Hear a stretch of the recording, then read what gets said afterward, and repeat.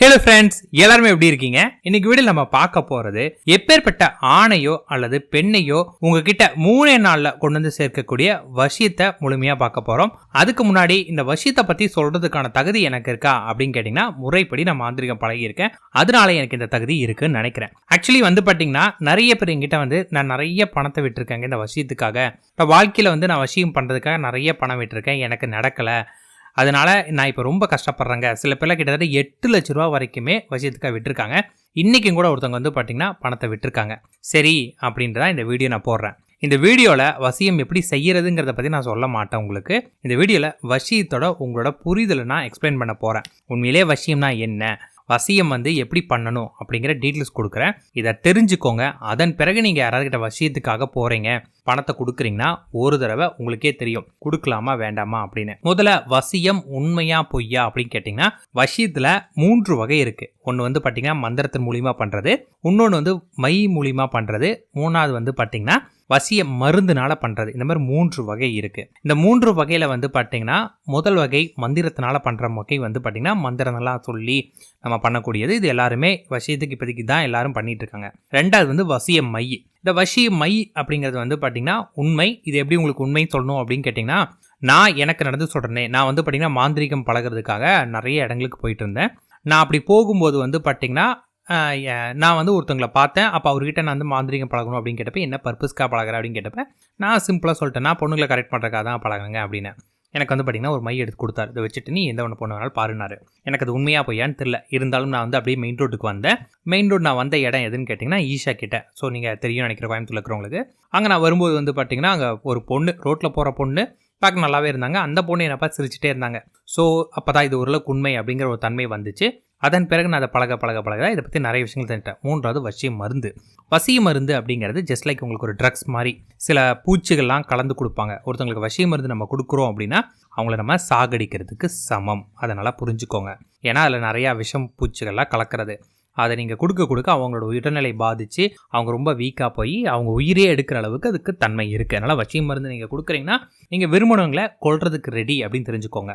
So இதை தெரிஞ்சிட்டுனா போதும். ரெண்டாவது வகை எப்படி செயல்படுன்னு கேட்டிங்கன்னா, நம்ம ஒரு ட்ரக்ஸ் மாதிரின்னு வச்சுக்கோங்களேன். இப்போ சாராயம் மாதிரி, சாராயம் குடிச்சா அவங்களோட ரியாக்ஷன் மாறும் இல்லையா, அந்த மாதிரி இது ஒரு அவங்க மைண்டில் ஒரு கெமிக்கல் ரியாக்ஷன் உருவாக்குறது தான். வசிய மந்திரத்தை பற்றி நான் இப்போ உங்களுக்கு எக்ஸ்பிளைன். வசிய மை பார்த்தீங்கன்னா அதே ரீசன் தான். சில வாசனை திரவியங்கள்லாம் கலந்துருப்பாங்க, சில மந்திர உருவுக்கள், இதுலேயும் சில மூலிகைகள், சில பூச்சிகளாக கலந்தா இதுவும் செய்கிறது. இதுவும் அந்த அட்ராக்ஷன் கொண்டு வரத்தான். ஸோ மூலிகை இந்த மைங்கிறது பெருசாக ஆபத்து இல்லை, மருந்து மிகப்பெரிய ஆபத்து.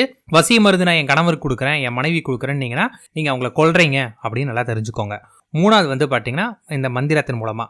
இந்த மந்திரத்து மூலிமா பார்த்தீங்கன்னா 2 விதமான ஏமாத்து வேலை நடந்துட்டு இருக்கு. அதையும் நான் சொல்லிடுறேன். என்னன்னு கேட்டிங்கன்னா, அவங்களோட ஃபோட்டோ கொடுங்க, உங்களோட ஃபோட்டோ கொடுங்க, நாங்கள் பண்ணி உங்களுக்கு தரோம் அப்படின்னு யாராவது சொன்னாங்கன்னா இது போய். இதில் பணத்தை கறக்கறக்கா என்ன பண்ணுவாங்க அப்படின்னு கேட்டிங்கன்னா, ஃபஸ்ட்டு பண்ணிவிட்டு இல்லை அவங்களுக்கு வேற ஒருத்தவங்க வசிச்சிட்டாங்க, இல்லை மாந்திரிகம் பண்ணிட்டாங்க, இன்னும் கொஞ்சம் பணம் கொடுங்க, கட்டு போடுறோம், அப்படி இப்படி அது இதுன்னு பண்ணுவாங்க. இப்படிலாம் பண்ணி உங்களை ஏமாற்றுவாங்க. சில பேர்கிட்ட பணமே அதிகமாக வாங்க முடியாதுன்னு கேட்டிங்கன்னா அவங்க அதோட கட்டாயிருவாங்களே. பணம் நிறையா கறக்க முடியும் அப்படின்னு உங்களுக்கு தெரிஞ்சிச்சு அப்படின்னா, இதில் அடுத்த லெவலில் ஒரு மாந்திரிகம் இருக்குது. அதாவது எப்படின்னு கேட்டிங்கன்னா, உங்களுக்காக அவங்க பண்ணி கொடுக்குறது. இது எப்படின்னா வெறும் 3 நாளில் ஒர்க் அவுட் ஆகும். அதுக்கு என்ன தேவைன்னு கேட்டிங்கன்னா, உங்கள் ரத்தம் தேவைப்படும், உங்கள் சம்மந்தமான பொருள் ஏதாவது ஒன்று தேவைப்படும், அந்த பர்சனோட பொருள் ஏதாவது, இந்த டிஎன்ஏ பொருள் ஏதாவது ஒன்று தேவைப்படும். இதை வச்சு சில மூலிகைகளை பயன்படுத்தி, அதே போல் பார்த்திங்கன்னா சில வாசனை திரவியங்களை வச்சு அவங்க பார்த்திங்கன்னா மந்திரங்கள் சொல்லுவாங்க. இது இருந்தால் யார் வேணாலும் பண்ணலாம், நல்லா புரிஞ்சுக்கோங்க. ஆனால் ஜஸ்ட் டெம்பரவரி தான். இந்த 3 நாளுக்குள்ளார பார்த்தீங்கன்னா, இப்போ ஒரு பொண்ணு ஒரு பையனுக்கு பண்ணுறாங்கன்னு வச்சுக்கோங்களேன். 3 நாளுக்குள்ளார அந்த பையன் இந்த பொண்ணை தொடர்பு கொள்வான், பேசுவான், பார்ப்பான். இந்த மாதிரி ஏதாவது ஒரு நிகழ்வு நடந்துடும். மேக்ஸிமம் நடந்துடும். ஏன்னா அவங்க உடம்புல ஆல்ரெடி பவர்ஸ்லாம் இருக்கும், நடந்துடும். அதன் பிறகு அவங்க என்னென்னா, உங்களுக்கு நாங்கள் பண்ணி கொடுக்குறோம், அவ்வளோ பணம் கொடுங்க, இவ்வளோ பணம் கொடுங்க, அது இதுன்னு வாங்கி கடைசியில் உங்களை ஏமாற்றிடுவாங்க. நீங்கள் கேட்கலாம், ஏன் சார் இப்போ 3 நாளில் நடக்குது, அது ஏன் அவங்க லைஃப் லாங் பண்ணி தர மாட்டாங்களேன்னு கேட்டிங்கன்னா, இங்கே தான் விஷயம் இருக்குது. அவங்களால அதுக்கு மேலே பண்ண முடியாது. ஏன் முடியாது அப்படின்னு கேட்டிங்கன்னா, இப்போ ஃபார் எக்ஸாம்பிள் பார்த்தீங்கன்னா, இப்போ ஒருத்தருக்கு பார்த்தீங்கன்னா நயன்தாராவை ரொம்ப பிடிச்சிருக்கு அப்படின்னா, இவன் இங்கிருந்து நயன்தாராவோட ஃபோட்டோ வச்சு நயன்தாராவை இவங்ககிட்ட வர வச்ச முடியுமான்னு கேட்டிங்கன்னா முடியாது இல்லையா. அப்போ நயன்தாராவை முடியாதுன்னு போது இந்த பர்சனுக்கு யாருன்னே அந்த பர்சனை தெரியாது. அப்படின் போது இவர் வெறும் ஃபோட்டோ வச்சு அந்த பொண்ணுக்காக பண்ணி கொடுத்தாலோ இந்த பையனுக்காக பண்ணி கொடுத்தா எப்படி நடக்கும்? அப்படிலாம் மந்திரங்கள் ஒர்க் ஆகாது. மந்திரம் உங்களுக்கு ஒர்க் ஆகணும்னா யாருக்கு பிரச்சனையோ அவங்க தான் மந்திரம் சொல்லணும், அவங்க தான் பூஜை பண்ணணும், அவங்களுக்கு அவங்க பண்ணால் மட்டும்தான் ஒர்க் ஆகும், அவங்களுக்காக இவங்க பண்ணால் நடக்கவே நடக்காது. ஃபார் எக்ஸாம்பிள் வந்து பார்த்தீங்கன்னா, இப்போ நீங்கள் இருக்கீங்க, நீங்கள் லவ் பண்ணுற பொண்ணுக்காக வசியம் பண்ணணும் அப்படின்னு நீங்கள் வந்து ஒருத்தர்கிட்ட கேட்குறீங்க. அவர் சொல்கிறாரு உங்கள் ஃபோட்டோ அந்த பொண்ணோட திங்ஸ்லாம் கொடுங்க, ஃபோட்டோ கொடுங்கன்னு வாங்கி இவர் பண்ணாருன்னா ஒரு பேசிக்காக அந்த பொண்ணு உங்களுக்கு கான்டாக்ட் பண்ண வைக்க முடியும். ஆனால் அது ஒரு டைம் தான், அதுக்கப்புறம் அது பெருசாக நிலைக்காது.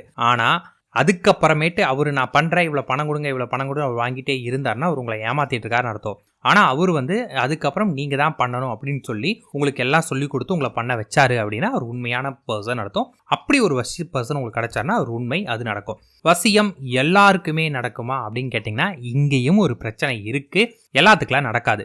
வசியம் ஒருத்தவங்களுக்கு நடக்கணும் அப்படின்னா அவங்க ஜாதகத்தில் வசியத்துக்கான பிராப்தம் இருக்கணும். அப்படி இருந்தால் மட்டும்தான் அந்த வசியம் ஒர்க் ஆகும். ஒன்று. செகண்டு, நீங்கள் யாருக்காக வசியம் பண்ணுறீங்களோ அந்த பர்சனை விட உங்களுக்கு வசிய சக்தி அதிகமாக இருக்கணும், அப்போ தான் நடக்கும். 2, இல்லைனா வேற ஒருத்தர் அவரோட சக்தியை உங்களுக்கு கொடுக்கணும், அப்படி கொடுத்து நீங்கள் பண்ணிக்கலாம். இந்த விதத்தில் நீங்கள் வசியம் பண்ணிங்கன்னா ஒர்க் அவுட் ஆகும். 3வது என்ன அப்படின்னு கேட்டிங்கன்னா, நீங்கள் அந்த யாருக்காக வசியம் பண்ணுறீங்களோ அவங்கள விட உங்களுக்குன்னு ஒரு சக்தி வாய்ந்த ஒரு நேரம் இருக்கும். அது என்னன்னு கண்டுபிடிச்சி யாருக்காக பண்ணுறீங்களோ அவங்களுக்கு வீக்கான டைம் எதுன்னு பார்த்து அந்த டைமில் பண்ணால் தான் நடக்கும். கிட்டத்தட்ட 48 நாள் தொடர்ந்து நீங்கள் பண்ணால் மட்டும்தான் இந்த வசியம் ஒர்க் அவுட் ஆகும். சரி, இந்த வசியம் நான் ஒன்ஸ் பண்ணிட்டேன், லைஃப் லாங் நிலைக்குமான்னு கேட்டிங்கன்னா அப்படி நிலைக்கவே நிலைக்காது.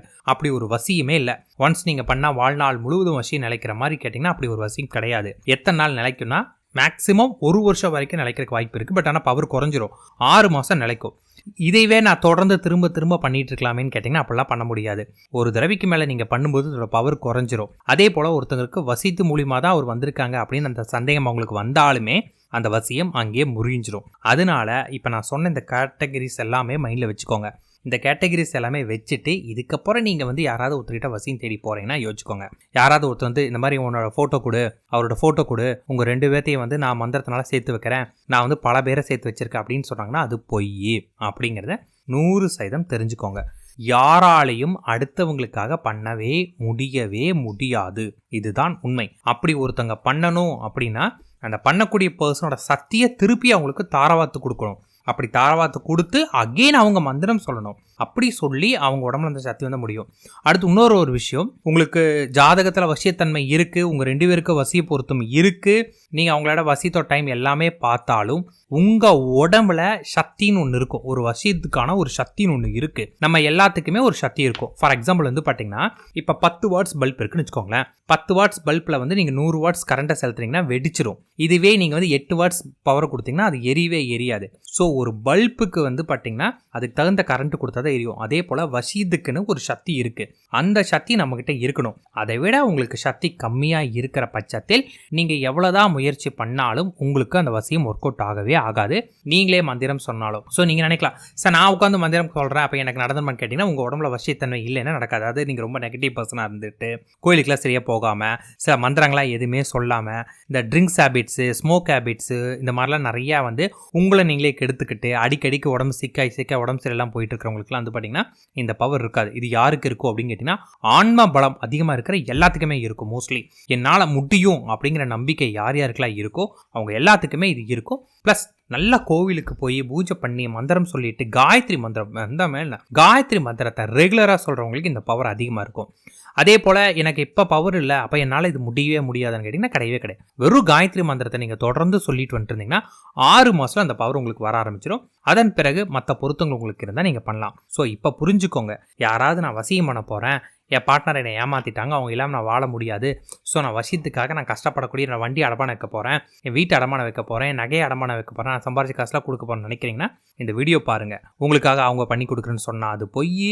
இல்லை அவங்களுக்கு ஒரு கட்டு இருக்குது அது இதுன்னு சொல்லி உங்கள்கிட்ட பணத்தை கேட்டாலும் பொய். இந்த மாதிரி எதுவாக இருந்தாலும் பொய் தான். அவங்க உங்களுக்கு மெத்தட்ஸ் எல்லாமே சொல்லி கொடுத்து நீங்கள் பண்ணுங்க அப்படின்னு உங்களுக்கு சொல்லி கொடுத்தாங்கன்னா அதான் உண்மை. உங்களை பண்ண சொல்லி உங்களை செய்ய வைக்கிறாங்கன்னா அது உண்மை. அவங்களே பண்ணுறேன்னு சொன்னால் அது பொய். ஏன்னா அப்படி முடியவே முடியாது. இதில் தெளிவாய்க்கோங்க. இந்த தெளிவில்லாமல் இனி யாரும் ஒத்த ரூபா கூட இதுக்கு செலவு பண்ணாதீங்க. அப்படி செஞ்சிங்கன்னா போய், ஏன்னா இப்போ நானே இருக்குன்னு வச்சுக்கோங்களேன், இப்போ நான் வந்து வசியம் பண்ணி நான் வந்து பெரிய பெரிய ஹீரோயின்ஸ்லாம் நான் கரெக்ட் பண்ணும் அப்படின்னு நான் நினைக்கிறேன்னா அது முடியும் அப்படின்னு நான் சொல்ல முடியுமா? நடக்கவே நடக்காது. ஏன்னா உங்களுக்கு என்ன யாருன்னே தெரியாது. யாருன்னே தெரியாத ஒருத்தவங்களை வந்து பார்த்தீங்கன்னா நான் பண்ண முடியுமா? ஸோ வாய்ப்பு இல்லை. அந்த மாதிரி தான் நீங்கள் பணம் கொடுக்கக்கூடிய பர்சனுக்கும் நீங்கள் யாருக்காக பண்ணுறீங்களோ அவங்களையும் யாருன்னே தெரியாது. அப்போ நடக்காது. அப்போ அது போய் இந்த சிம்பிள் லாஜிக்கை நீங்கள் புரிஞ்சுக்கிட்டிங்கன்னா உங்களுக்கு போதுமானதாக இருக்கும். ஸோ பணத்தை கொடுத்து வேஸ்ட் பண்ணுறதுக்கு முன்னாடி யோசிச்சுக்கோங்க. கஷ்டப்பட்ட காசு கொண்டு கொண்டு போய் யாரோ ஒருத்தர்கிட்ட கொடுக்கறதுக்கு நீங்கள் லா ஆஃப் அட்ராக்ஷன் ப்ராப்பராக பண்ணி என்ன தப்பு பண்ணி அவங்க உங்களை விட்டு போனாங்கிறத புரிஞ்சுக்கிட்டு நேரம் எடுத்தாலும் பரவாயில்லன்னு உங்கள் தவறுகளை சரி பண்ணி உங்கள் வாழ்க்கையில் அவங்கள கொண்டு வர வழியை பாருங்கள். All the best friends.